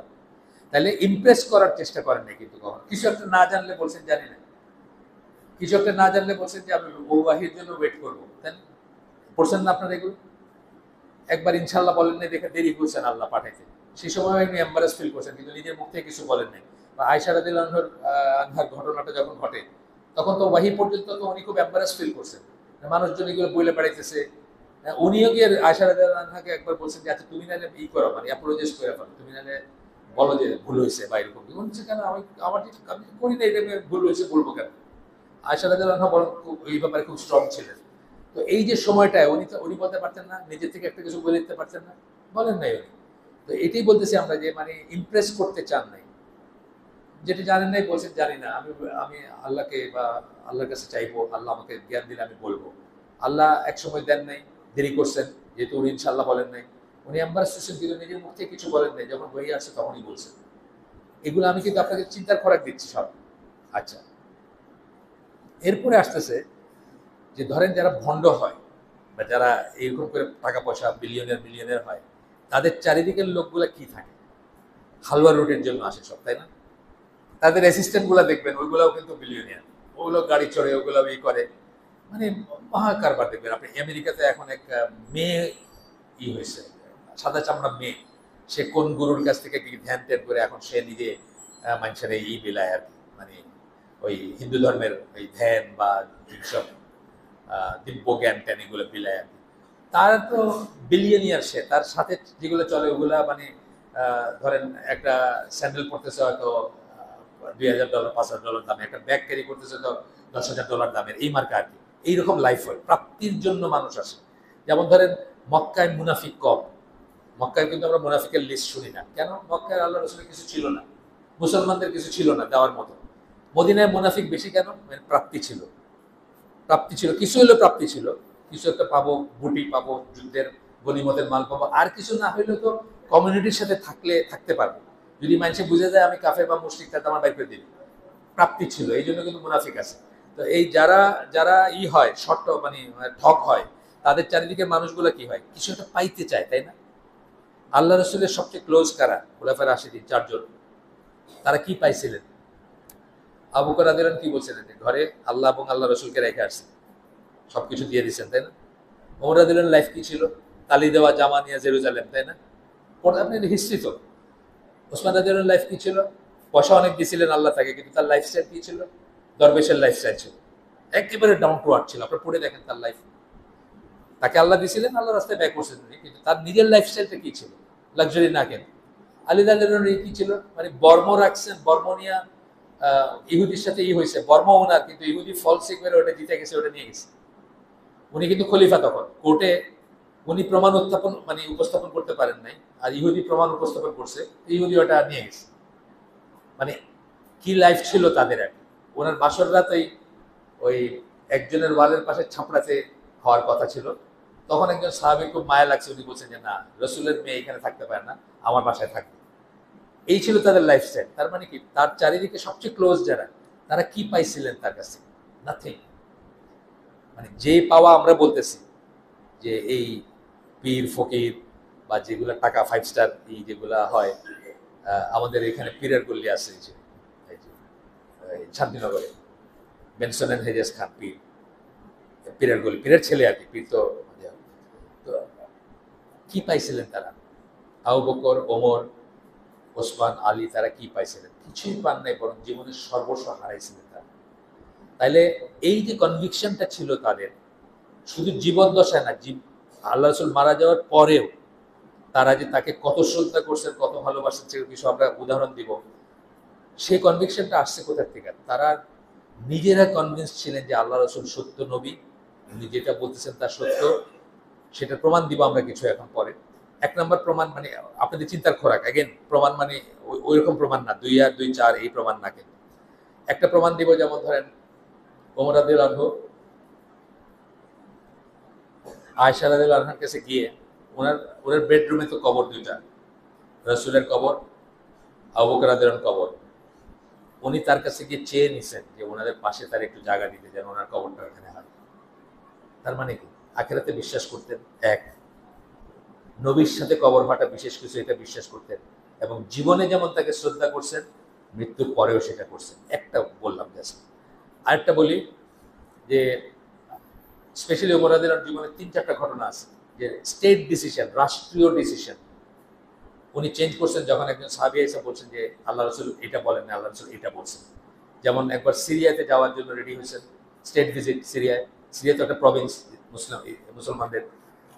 এমন সময় একজন সাহাবী এসে বলছেন যে আপনি কি জানেন না যে ওইখানে ওই যে প্লেগ প্লেগ দেখা দিছে, মহামারী, এবং আল্লাহ রসুল বলছেন যে মহামারী দেখা দিলে বাইরের থেকে কেউ ওইখানে যাবে না, ওইখান থেকে কেউ বাইরে আসবে না। উনি বলছেন আমি যদি জানি না। তো উনি দলিল দিয়েছেন, সাথে সাথে স্টেট ভিজিট ক্যান্সেল করছেন। এইরকম আরো অনেক ঘটনা আছে যেখানে আল্লাহ রসুল এর মানে কথা শুনে তারা রাষ্ট্রীয় ডিসিশন চেঞ্জ করে ফেলছে। কারণ কোন সাহাবী সব হাদিস জানতেন না, এটা একটা বুঝ, কিন্তু এটা আহলে সুন্নাত জামাত বুঝ। কোন সাহাবী সব হাদিস জানতেন না, যেটা আমি নিজে হানাফি, জন্মগত হানাফি, যেটা আমরা বলি যে নিশ্চয়ই আমার ইমাম আবু হানিফা সব জানতেন, যাই না উনি রাফিয়াদ্দেন করেন নাই, যাই না উনি জোরে আমিন বলেন নাই, বা আরো যা যা বলি আমরা, এটা অত্যন্ত ফ্যালাসিয়াস একটা কথা। কারণ কোন সাহাবীও সব হাদিস জানতেন না, কেউ হয়তো এই অংশটা জানতেন, কেউ ওই অংশটা জানতেন, এবং এই জন্য তারা ভেরিফাই করতেন। এবং উমর রাদিয়াল্লাহু আনহুর মতো মানুষ, যিনি অল্টারনেট ডে কাজ করতেন, আরেকজন ফ্রেন্ড এবং উনি নবীর সাথে থাকতেন, মানে আজকে তুমি থাকো কালকে আমি থাকি, যেন কিছু মিস না করি, সেই লোকও জানেন না এমন হাদিস দেখবেন অনেক আছে। সুতরাং এটা একটা বুঝ, কিন্তু সবাই জানতেন। যাই হোক, আমরা আবার ফিরে আসি যে মৃত রাসূল সাল্লাল্লাহু আলাইহি ওয়াসাল্লামকে তারা কি চোখে দেখতেন। আচ্ছা, এখন কোন একজন মানুষ যখন দুশ্চরিত্র হয়, তাকে কারা সবচেয়ে ভালো চিনে? তাদের বউয়েরা, তাদের বাচ্চারা, বা ধরেন আজকের দিনে একজন ড্রাইভার জানবে যে তার মালিক কোথায় কোথায় যায়। হ্যাঁ, এই ক্রিসেন্ট লেকে সামনে এসে বলে, তুমি যাও, তুমি চা খেয়ে আসো গিয়া, আমি এনে হাঁটাহাঁটি করি, বইলে ওইখানে কার সাথে দেখা করি, এটা কিন্তু ড্রাইভার জানবে, জানবে না? জানবে। যারা কাছের মানুষ তারা জানে, তাহলে ওয়াইফরা জানে। এখন শেষ ওয়াইফ যিনি ছিলেন ওনার, মাইমুনা রাদিয়াল্লাহু আনহা, ইবনে আব্বাসের খালা, ওনার প্রথম বিয়ে না, উনিও আগে বিয়ে হয়েছিল ওনার, উনি শেষ ওয়াইফ আল্লাহ রসুলের। এবং এরপরে আল্লাহ রসুল সাল্লাল্লাহু আলাইহি ওয়াসাল্লাম খুব কম দিন বেঁচে ছিলেন, রাফলি হয়তো বছরখানেক বা একটু বেশি বা একটু কম। ওনার ওনার বিয়েটা হয়েছিল, মানে ওনার বাসর ঘরটা হয়েছে, বাসর রাতটা কাটছিল একটা প্রান্তরে, একটা তাঁবুর ভিতরে আর কি, আমরা যেটাকে বাসর রাত বলি সেটা আর কি। তো আল্লাহ রসুল মারা যাওয়ার পরে উনি অনেক বছর বেঁচে ছিলেন। উনি মৃত্যুর আগে ওয়াসিয়াত করছিলেন যে আমি মারা গেলে আমাকে ওই জায়গায় নিয়ে কবর দিবা। এটা কি প্রমাণ করে উনি কত ভালোবাসতেন তার হাজবেন্ডকে। 11তম ওয়াইফ হয়েও উনি এই ওয়াসিয়ত করে গেছেন। কত উন্নত চরিত্রের একজন মানুষ হইলে ওই স্মৃতিকে এই করে উনি বলতেছেন আমাকে ওইখানে কবর দিয়ে। অনেক বছর বাইচে ছিলেন উনি। তারপর এগুলা হচ্ছে আপনার জন্য চিন্তার খোরাক। আল্লাহ রসুল মানুষ ছিলেন আমাদের মতোই, হাত পা চোখ মুখ সবই ছিল, কিন্তু জাস্ট একজন মানুষ ছিলেন না। এগুলো হলো আপনাদের চিন্তার খোরাক, এতক্ষণ ধরে যত কিছু বললাম। আচ্ছা, দেখি একটু আমি আর কি আছে এখানে।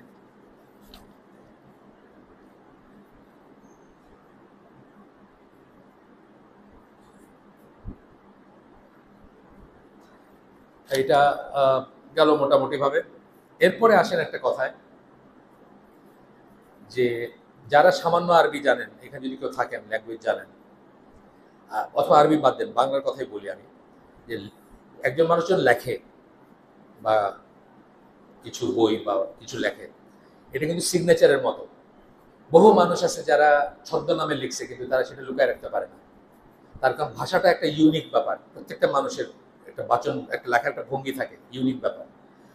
একজন মানুষ দুই ভাষায় লেখাটা একটা ইম্পসিবল ব্যাপার, অসম্ভব ব্যাপার। দুইজন মানুষ একটা বই লিখতে পারে, সেটা পারে, কিন্তু দুইজন মানুষ কিন্তু অনেক বই লেখে, অথর থাকে। একজন মানুষ দুই ভাষা ইউজ করা, এটা অলমোস্ট অসম্ভব ব্যাপার একটা।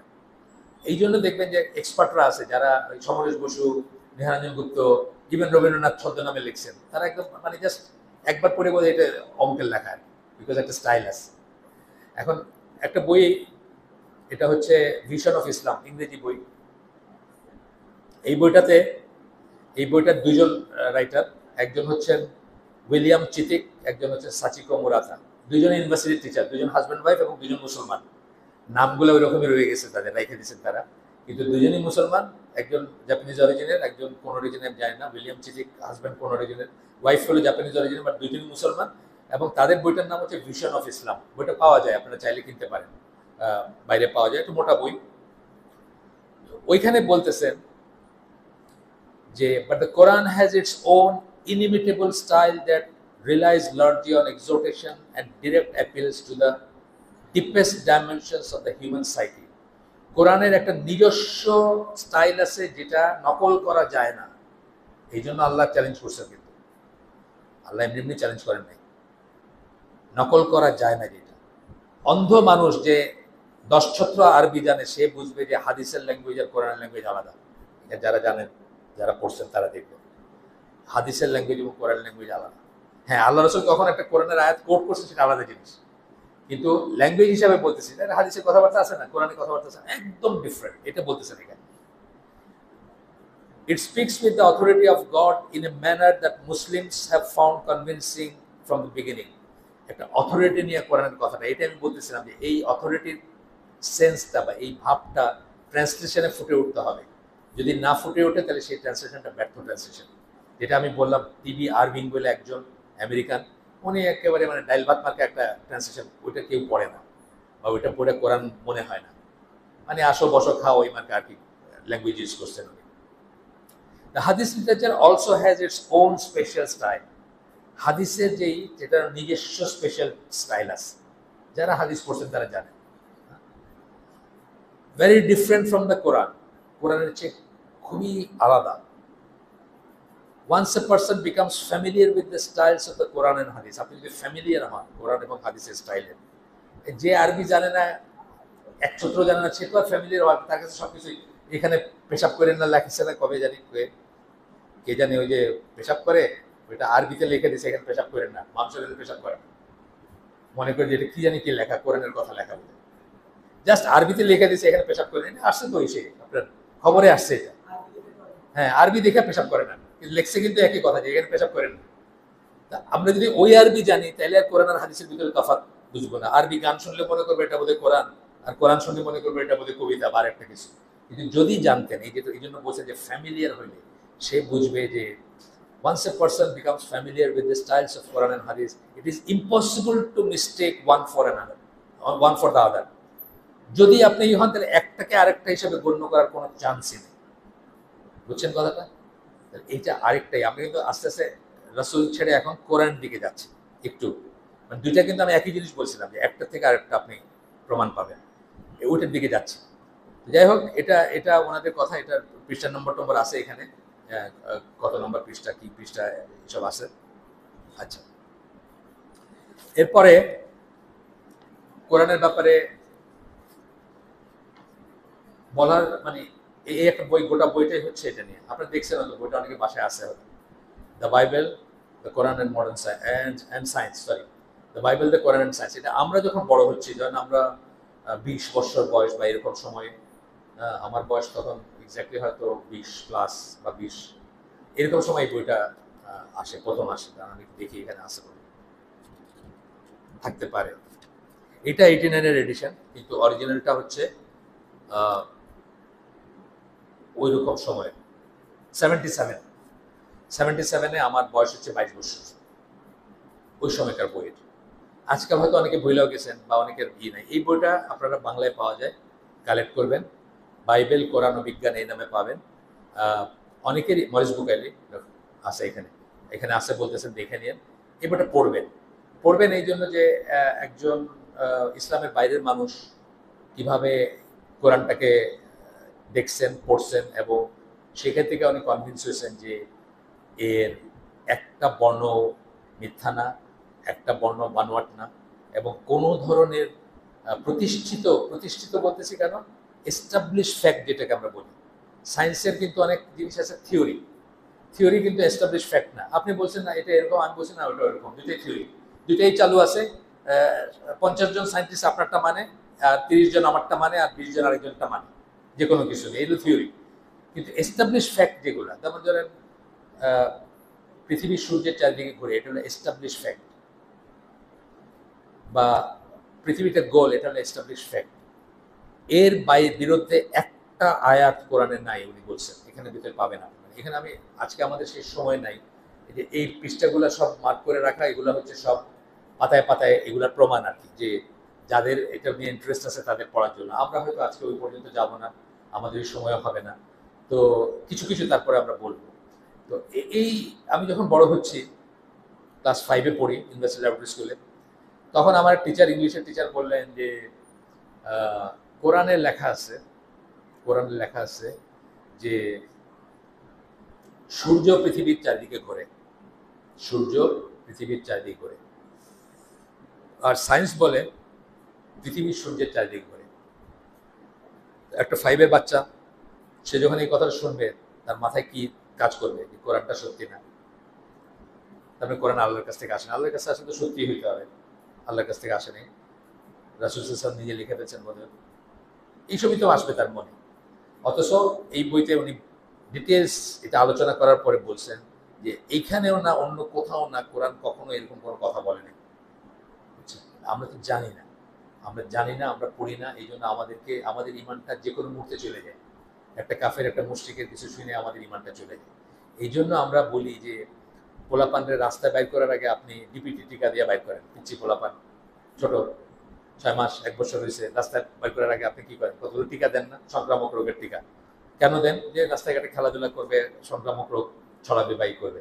অথচ আমরা তাওহীদের টিকা ছাড়াই পোলাপানদের দুনিয়ার রাস্তায় বাইর করে দিই।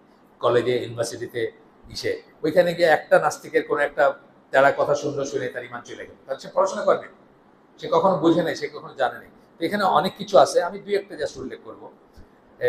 ধরেন মায়ের পেটে সন্তানের যে ইটা হয়, মানে ডেভেলপমেন্টটা হয়, এটি নিয়ে কোরআনে যে কথাগুলো আছে, ওই সময়কার দুনিয়ার 1 নম্বর ছিলেন যিনি এমব্রায়োলজিস্ট বলি আমরা, এটাকে এমব্রায়ো মানে ভ্রূণ নিয়ে যারা গবেষণা করেন, কিথ মোর বলে একজন লোক, খ্রিস্টান ছিলেন, মারা গেছেন। তো ওনাকে দেখানো হয়েছিল, উনি বলছেন যে এই কথা আল্লাহ ছাড়া কারো 1400, আল্লাহ মানে উনি গড বলছেন, ওনার আল্লাহ আর কি, যাই আল্লাহর কনসেপ্ট যাই থাকুক, ওনার আল্লাহ তো মানে একজনই, কিন্তু ওনার কনসেপ্টের ভিতরে একটু ভেজাল টেজাল থাকতে পারে, সেটা সহকারে আমি বলতেছি। তাহলে এই তথ্য আল্লাহ ছাড়া কারো জানার কথা না। 1400 বছর আগে তো নয়, এমনকি এখন থেকে 200 বছর আগে ওইটা জানার কোনো উপায় নেই, যেভাবে ডেসক্রাইব করা হয়েছে। এবং এটা নিয়ে ওনার ভিডিও এখনো আপনারা পাবেন, সার্চ দিলেই পাবেন, এখনো আছে ইউটিউবে। উনি মারা গেছেন এবং খ্রিস্টানরা ওনাকে খুবই জ্বালাইছে, কারণ উনি এমন কিছু কথা বলছেন যেগুলাতে মানে ওদের একদম সব ভেঙে গেছে, ওদের মানে দুর্গ ভেঙে গেছে বলতে পারে। এই জন্য তাকে খুব জ্বালাইছে, শেষ পর্যন্ত তাকে খুব করছে। কিন্তু ওনার এইগুলো এখনো পাবেন। এই কথা যেমন মরিস বুকাইলি এখানে বলছেন। তারপরে ধরেন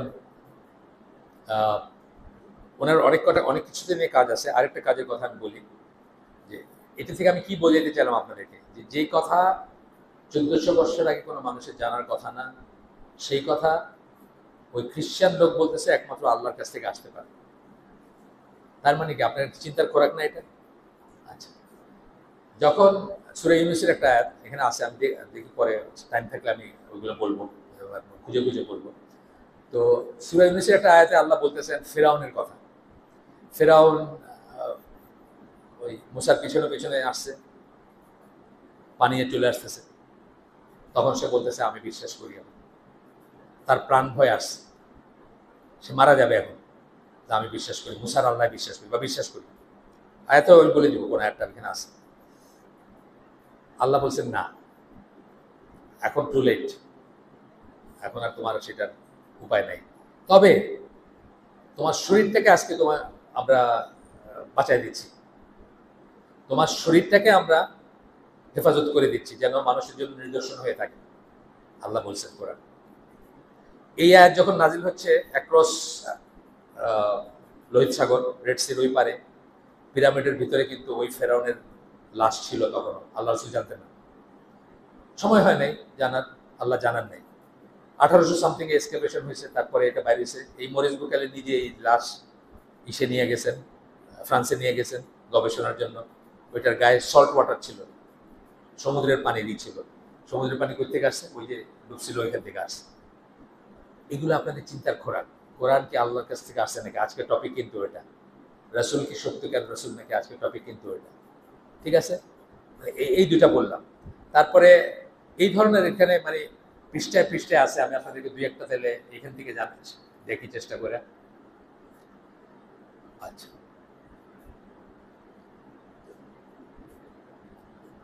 এখানে বলতেছেন এক জায়গায় যে বড় বড় চিন্তাবিদ যারা, পিথাগোরাস আপনার, তারপরে আর্কিমিডিস বা এই ধরনের অনেকে কিন্তু চিন্তা করতে করতে কোনো সত্যে পৌঁছেছে, কিন্তু মারাত্মক ভুলও করে গেছেন তারা।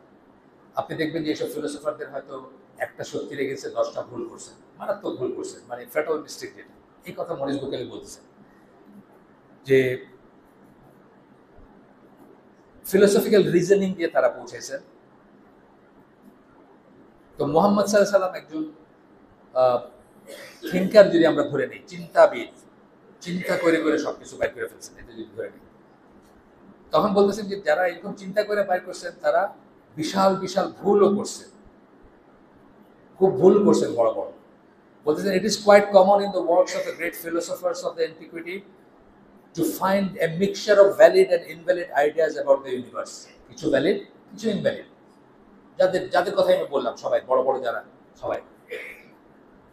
এরপরে বলতেছেন যে from a strictly scientific point of view, this is what distinguishes them from the Quran. In the later, কোরআনের কথা বলতেছেন, many subjects are referred to that have a bearing on modern knowledge without one of them containing a statement that contradicts what has been established by present day science. মানে আজকের দিনের established fact যেমন যে পৃথিবী সূর্যের চারিদিকে ঘুরে, পৃথিবীটা গোল, সহজ যত কিছু আছে, একটা বাক্য নাই কোরআনে যেটা তার সাথে কন্ট্রাডিক্ট করে। এই কথা বলতেছিল, এটা কিন্তু একটা থিসিস আসলে। এই জন্য আপনাদেরকে বলতেছি, আপনারা কিনবেন, পড়বেন, হয়তো 100%ই না, মানুষের সবসময় থাকে। আপনার তফসিরে দেখবেন, বড় বড় তফসিরটা একজন বলছেন এরকম, একজন বলছেন ওরকম, সেটা একটা অ্যালাউন্স আপনি দিতে পারেন, তাই না? অনেক বড় মানুষ অনেক জায়গাতে একটা, যেমন ইবনে আব্বাস বলছেন যে রাসূল সাল্লাল্লাহু আলাইহি ওয়াসাল্লাম আল্লাহকে সচক্ষে দেখছেন, আর কোনো স্কলার এটাকে গ্রহণ করেননি। হ্যাঁ, একটা ভুল করছেন ইবনে আব্বাস, উনি তো নির্ভুল না, উনি তো আর পয়গম্বর না, উনি তো নবী না, উনি তো রাসূল না, সেই অ্যালাউন্সটা দিতে পারেন। মরিস বুকাইলির কথা বলতেছেন, কিন্তু উনি একটা থিসিস, কিন্তু এটা বলছে একটা কোথাও কোনো একটা জিনিস কিসের এগেনস্টে যায় না। কিছু ঘটলো, অঘটল, তো বলতেছেন যে একটা, আবার পড়ি সেন্টেন্সটা আপনারা শোনেন একটু। কোরআনের কথা বলতেছেন, many subjects are referred to that have a bearing on modern knowledge without one of them, মানে অনেক সাবজেক্টে আলোচনা করছে কোরআন যেগুলা মডার্নদের, আজকের দিনের জন্য অনেক অনেক আছে এগুলার, মানে এগুলার অনেক অর্থবহ ব্যাপার আছে, একটাও তার one of them containing a statement that contradicts what has been established by the present day science, আজকের দিনের সায়েন্স যেগুলো এস্টাবলিশ করছে একটাও নাই তাদের সাথে যে এটা করে, কন্ট্রাডিক্ট করে। এরকম অনেক আপনার রাত দিনের যেটা কোরআন যেভাবে ডিসক্রাইব করছে, রাত এবং দিনের অল্টারেশন, রাত এবং দিনের পরিবর্তনকে যেভাবে করছে কোরআন, সেটা ঠিক একটু করলে আপনি দেখবেন যে এখানে একটা সার্কুলার মোশনের কথা বলা হয়েছে। সার্কুলার মোশন, কয়েলের কথা বলছে, কয়েল চিনেন না? যে এমনি মশার কয়েলের কথাই বললাম, এটাই মনে আসে আমাদের, কিন্তু কয়েল বলতে অন্য কয়েল আর কি, যাই হোক, এটা এরকম। তো একটা সার্কুলার মোশনের কথা আসে যদি আপনি, কিন্তু তখন এটাকে ওইভাবেই করা হয় না, কারণ তখনকার মানুষের যে বুঝ ছিল সেটার সাথে এটা যায় না, তখনকার মানুষের বুঝের সাথে এটা মিলে না। আচ্ছা, আমি আপনার দুই একটা এখান থেকে করি, দুই একটা পড়ে শোনাই আপনাদের, কারণ আমাদের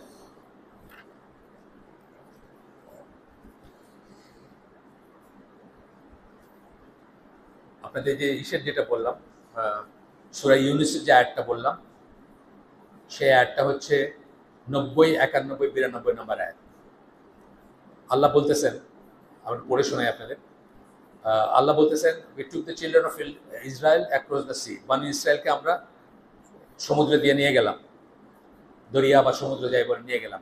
ফিরআউন তাদের পিছনে পিছনে তাদেরকে করলো, এবং একসময় বললো, I believe there is no God except God, আমি লা ইলাহা ইল্লাল্লাহ বিশ্বাস করি, আল্লাহ ছাড়া কোনো ইলাহ নাই এটাতে বিশ্বাস করি বললো। In home the children of Israel believe, যেটাতে বনি ইসরায়েলরা বিশ্বাস করে, মানে ওদের আল্লাহ বিশ্বাস করি আর কি, সোজা কথা, তিনি ছাড়া কোনো ইলাহ নাই এটা বিশ্বাস করি। আপনি দেখে নেন সূরা ইউনূসের 90, 91, 92 নম্বর আয়াত। I am of those who submit themselves to him, আমি মুসলিম, সোজা কথা, মানে আমি তার কাছে, ইংলিশটা আছে এখানে, আরবিটা নাই, আমি এই আত্মসমর্পণকারীদের একজন। ফেরাউন বলতেছে, আল্লাহ বলতেছেন কি, গড সেড, হোয়াট নাও, কি এখন, এখন কেন? প্রশ্নটা হলো এরকম যে এখন কেন? thou hast revealed and caused depravity, তুমি বিদ্রোহ করছো এবং ফিতনা সৃষ্টি করছো পৃথিবীতে। This day we save your body so that you may be a sign for those who come after you. আজকের দিনে তোমার শরীরটা আমরা বাঁচাই দিচ্ছি যেন তুমি নিদর্শন হও তাদের জন্য যারা তোমার পরে আসবে, which is us, আমাদের জন্য যেন নিদর্শন হয়। এই আয়াত যখন নাজিল হচ্ছে, জাস্ট অ্যাক্রস রেড সি, পিরামিডের ভিতরে ফেরাউনের লাশ রক্ষিত গচ্ছিত, আল্লাহ রসুল কিন্তু বলেন নাই যে এরকম একটা কিছু আছে। এখন আমরা এটাকে এই ভ্যালুতেই নিব, যেটুকু আল্লাহ বলছেন সেটুকুই নিব, কিন্তু সেটুকুই আল্লাহই বলতেছেন কিন্তু যে তোমাকে আমরা নিদর্শন হিসেবে স্পেয়ার করে দিলাম। খ্রিস্টিয়ানদের এই বইটার নাম কি? The Bible, the Quran and science. খ্রিস্টিয়ানরা বলে যে ওইখানে সে মারা গেছে, ওইখানেই সে শেষ, মানে তার সব কিছু নিয়ে সে ওইখানেই থেকে গেছে। খ্রিস্টিয়ান ন্যারেশন হচ্ছে ওইরকমই। আর ইসলামী বা কোরআনের ন্যারেশন হচ্ছে কি, তোমার শরীরটা স্পেয়ার করা হলো আজকে, তোমার শরীরটা বেঁচে থাকবে নিদর্শন হিসাবে। এইরকম আপনার এখানে মানে এই বইটার পাতায় পাতায় মানে অনেক কিছু আছে যেটা নিয়ে আপনারা ব্রেন স্টর্মিং করতে পারেন, দেখতে পারেন। আমি দাগ দিয়ে রাখছি। যেমন ধরেন একটা বলি, আমি এখানে বাইক করার চেয়ে আমি এমনি মুখে বলি, সেটা হচ্ছে যে সূরা জারিয়াতের একটা আয়াত আছে যে আমরা প্রবল পাওয়ার সহকারে এই মহাবিশ্বকে সৃষ্টি করছি এবং আমরা এটাকে এক্সপান্ড করছি। এক্সপান্ড করা মানে প্রসারিত করতেছি। আপনারা জানেন যে যত থিওরি আছে এই ইউনিভার্স নিয়ে, সব থিওরি বলে যে আপনার মহাবিশ্বটা প্রসারিত হচ্ছে, একটা স্টার থেকে একটা স্টার, একটা গ্যালাক্সি থেকে একটা গ্যালাক্সি দূরে যাচ্ছে, একটা গ্রহ থেকে আরেকটা গ্রহ দূরে যাচ্ছে। আপনি দেখেন, পড়ে দেখেন। তো এটা নিয়ে থিওরি কি ছিল? প্রথমে মনে করতো যে এইটা বাড়তে বাড়তে একসময় আর বাড়বে না, বন্ধ হয়ে যাবে এবং তারপরে পুরা মহাবিশ্বটা কলাপস করে যাবে, ভিতরের দিকে কলাপস করে যাবে। এটাকে বলতো বিগ ক্রাঞ্চ। ক্রাঞ্চ মানে হলো ভিতরের দিকে করে ভেঙে পড়া। এরপরে বলতো যে মহাবিশ্বটা ঠান্ডা হয়ে যাবে একসময়, পরের থিওরি, ঠান্ডা হয়ে আমরা সব জমে যাব, সব লাইফ মরে যাবে। এটাকে বলতো বিগ চিল। চিল মানে ঠান্ডা হওয়া। এখন কি বলে জানেন? বিগ রিপ, ছিঁড়ে যাওয়া। কারণ দেখতেছে যে এটা তো কমে আসতেছে না, বরং এক্সিলারেটিং, আরো বড় গতিতে বাইরের দিকে যাচ্ছে সবকিছু। তাহলে বলতেছে একসময় ছিঁড়ে বেড়ে বাইরে হয়ে যাবে সবকিছু। এটাও গেস ওয়ার্ক, এটাও আমি বলতেছিলাম যে হবে, এটা কালকে দেখবেন আরেকটা কিছু বলতেছে। কিন্তু কথা হচ্ছে যে এই যে এক্সপানশনের আইডিয়াটা, এটা কিন্তু অত্যন্ত মডার্ন আইডিয়া, অত্যন্ত অল্প দিনের আইডিয়া। এই যে হাবল কনস্ট্যান্ট বলি না, ওনার থিওরি এটা আপনার আইনস্টাইন বলছিলেন, বইলে আবার নিজে লিখে গেছেন যে তার বড় ব্লান্ডারের একটা, এটা নিয়ে ভুল করছেন। কিন্তু পরে দেখা গেল ওইটাই ঠিক ছিল, আসলেই মহাবিশ্বটা বাইরের দিকে প্রসারিত হচ্ছে। সূরা জারিয়াতের আয়াতে আপনি পাবেন। তারপরে এই দুখানের আয়াতে পাবেন যে সবকিছু ধোঁয়াটে ছিল। যে সমস্ত থিওরিগুলো বলে এখন অ্যাস্ট্রোফিজিক্সে, যে সমস্ত থিওরিগুলো বলে যে পৃথিবী কি ছিল, কি অবস্থায় ছিল, সব কিন্তু একটা স্মোকি স্টেট বলে। দেখেন আপনি পড়ে, সূরা দুখানে কিন্তু এই কথাটা আসছে। এইরকম আপনারা অগণিত পড়তে পারবেন, অগণিতই পাবেন যেখানে কোরআন যে আল্লাহর কাছ থেকে আসছে সেটা আপনারা মিস করার কোনো রাস্তা নেই, পাতায় পাতায় পাবেন। এবং ইনিতে একটা পয়েন্ট অফ ভিউ থেকে গেছেন। একটা বইয়ের নাম বলে যে আমি ডিভাইন রিয়েলিটি, একটা বই আছে, বাংলায় ট্রান্সলেট হয়েছে, সিয়াম করছে মনে হয়, ডিভাইন রিয়েলিটি। এই বইটা পড়বেন। এই বইতে এরকম অগণিত জিনিস দেওয়া আছে যেটা দিয়ে আপনি কনভিন্সড হবেন যে কোরআন আল্লাহ ছাড়া কারো কাছ থেকে আসার কোনো উপায় নাই বা কোনো রাস্তা নাই। আরো অনেক ধরনের জিনিস আছে, আমি আর ম্যাথমেটিক্যাল গুলো গেলামই না। ম্যাথমেটিক্যাল অনেক জিনিস আছে যেগুলা মানে অকল্পনীয় আর কি। তো ওইগুলোতে আমি গেলামই না, মানে ওইগুলা ধরেন ওগুলোতে ভুল শুদ্ধ মিলে আসে। এবং 19 থিওরি একটা আছে না, 19 থিওরি শুনছেন না, 19 সংখ্যাটা দিয়ে কোরআনকে বেঁধে দেওয়া হয়েছে। এটার কিন্তু ভুলও আছে, শুদ্ধও আছে। শুদ্ধ কি আছে? ইট ইজ ট্রু যে কোরআনে 114টা আয়াত আছে, সেটা 19-এর মাল্টিপল। এটা সত্যি যে বিসমিল্লাহর সংখ্যা 19-এর মাল্টিপল। এটা সত্যি যে আল্লাহর সংখ্যা 19-এর মাল্টিপল। কিন্তু এটাতে থিওরিতে কিছু ভুলও আছে। তো এইভাবে ম্যাথমেটিক্যাল অনেক জিনিস আছে যেগুলো অকল্পনীয় আর কি, আপনি যদি দেখেন। বা আরো কিছু জিনিস বলি, যেমন ধরেন চোরের শাস্তি যখন বলা হয়েছে, তখন কিন্তু প্রথমে বলা হয়েছে ছেলের কথা, পরে বলা হয়েছে মেয়ের কথা। চুরি করে কারা? বাল্ক মেজরিটি চুরি কারা করে? ছেলেরা করে। চুরি প্রফেশন না? চুরি করে ফ্যামিলি চালায় না? ফ্যামিলি চালায় তো, ছেলেরা চালায়। জিনার কথা যখন বলা হয়েছে তখন মেয়ের কথা আগে বলা হয়েছে কেন? জিনা যেটা, নট রেপ, জিনা একজন মেয়ের দুরভিসন্ধি ছাড়া কোনোদিন হইতেই পারে না, প্রশ্নই ওঠে না কোনো হয়। সে যখন আয়নার সামনে দাঁড়ায় চুলটা আঁচড়াইতেছে তখনই কিন্তু তার মনে আসে যে সে বাইরে গিয়ে মুশকিলের সাথে দেখা হবে আজকে না, তাই না? এই জন্য এইভাবে দেখলে দেখবেন যে আল্লাহ যে চ্যালেঞ্জ করছেন যে কোরআনের একটা সূরা বানায় দেখায় দাও কইরা, এই চ্যালেঞ্জটা কিন্তু এই সব মিলায়া, এটা কিন্তু শুধু শব্দগুলা না, ইভেন ধরেন দুইটা দুইটা করে নাম, আজিজুল হাকিম, আজিজুল আলিম, হ্যাঁ, তারপরে দুইটা আছে না, দুইটা দুইটা করে নাম আছে না, গফুরুর রহিম। এই নামগুলার যে ইউজ, আপনি একটা একটু চেঞ্জ করে দেখেন, একজন আরব আপনার নিয়ে হাসবে, কিসের ভিতরে কি লাগাইতেছে, মানে এত পারফেক্ট ইউজ এগুলা। ঠিক ওই আয়াতে যেই দুইটা নাম আসবে সেই দুইটা নামে ইউজ করা হয়েছে এবং সেই অর্ডারে ইউজ করা হয়েছে। আপনি মনে করতেছেন যে জাস্ট দুইটা আয়নার জোড়া লাগাই দিলে হলো, আজিজুল হাকিম, গফুরুর রহিম একটা না, প্রত্যেকটা আয়াত যে আয়াতে ইউজ করা হয়েছে ওই আয়াতের জন্য রেলেভেন্ট যেটা সেটা ইউজ করা হয়েছে। পড়াশোনা করলে দেখবেন, একটু পড়াশোনার ব্যাপার, একটু পড়াশোনা করলে দেখবেন। এইভাবে আপনার একটা প্রজেক্ট নিতে পারেন, যাদের মনে সংশয় আছে, যাদের মনে কষ্ট আছে বা আছে, তারা একটা প্রজেক্ট নিতে পারেন যে আচ্ছা কোরআনটা পড়ে দেখি, একবার ভালো তফসিরটা পড়ে দেখি, word for word, word by word পড়ে দেখি। আপনি 10 বার পড়লে দেখবেন যে 11তম বারে আপনি এমন কিছু শিখতেছেন যেটা আগে শিখেন নাই। আমি নিজে দেখতেছি, আমি এখন তফসিরের সাদি পড়তেছি, আমি সূরা আলী ইমরানে আছি। হ্যাঁ, আমি প্রথম কভার টু কভার পড়ছি হচ্ছে মোহাম্মদ আসাদের মেসেজ অফ দ্য কোরআন। প্রত্যেকটা যেটাই পড়ছি আমি দেখতেছি যে একটা কিছু আমি পাইতেছি যেটা আগের বার পড়িনি। ইভেন একই একই তফসির যখন সেকেন্ড টাইম পড়তেছি দেখছি আগের বার এটা খেয়াল করি না, আগের বার আমি এটা বুঝি নাই। একটা ছোট উদাহরণ দিই, যে জাকারিয়া আলাইহিস সালাম জিজ্ঞেস করছিলেন যে আমাকে একটা নিদর্শন দেন, কারণ আল্লাহ বলছিলেন যে 3 দিন কথা বলতে না করছেন, তাই না? ইশারায়, তাই না? আমি জানতাম যে জাকারিয়া আলাইহিস সালাম নিজের ইচ্ছায় 3 দিন কথা বলবেন না, এটা আমার আন্ডারস্ট্যান্ডিং ছিল। কিন্তু আমি রিসেন্টলি জানছি না, তার জবান বন্ধ করে দেওয়া হয়েছিল। উনি বলতে পারতেন না, চাইলেও পারতেন না, এটাই নিদর্শন। আমি চিন্তা করছি যে উনি, আমি কথা বলবো না, এটা আমার জন্য নিদর্শন কেন হবে? আমার কাছে একটু খটকা লাগতো যে এটা ওই সময় কি কোনো একটা ব্যাপার ছিল নাকি যে কথা বললে না বললে থাকাটা একটা নিদর্শন। আমার ইচ্ছা আমি কথা বলবো না, ধরেন আপনার সাথে আমি কথা বলবো না, চুপ করে মুখ বন্ধ করে আসি, এটা আমার জন্য নিদর্শন কেন হবে? আমি কিন্তু সবসময় মনে করতাম জাকারিয়া আলাইহিস সালাম তার নিজের ইচ্ছায় কথা বলেন নাই, কিন্তু এই তাফসীরের সাথী পড়তে গিয়ে দেখলাম না, তার জবান বন্ধ করে দেওয়া হয়েছে, উনি চাইলেও কথা বলতে পারতেন না। এইটাই তার নিদর্শন যে তোমার জবান, তুমি তুমি চাইলেও কথা বলতে পারবা না, তোমার মুখ দিয়ে কথা বের হবে না। এই যে বলতেছি যে এত কিছু পড়ে, এতবার পড়েও আমি এটা বুঝি নাই, আপনাদের জন্য কিন্তু সেটা আছে। আপনি মনে করেন আমার সব হয়ে গেছে জানা শেষ, সেটা না। ইনশাল্লাহ আপনারাও চেষ্টা করবেন। আমাদের হালাকা আমরা শেষ করে দেবো, ছোট্ট দিয়ে একটা প্রশ্ন থাকলে দিব, আমাদের সময় হয়ে আসছে।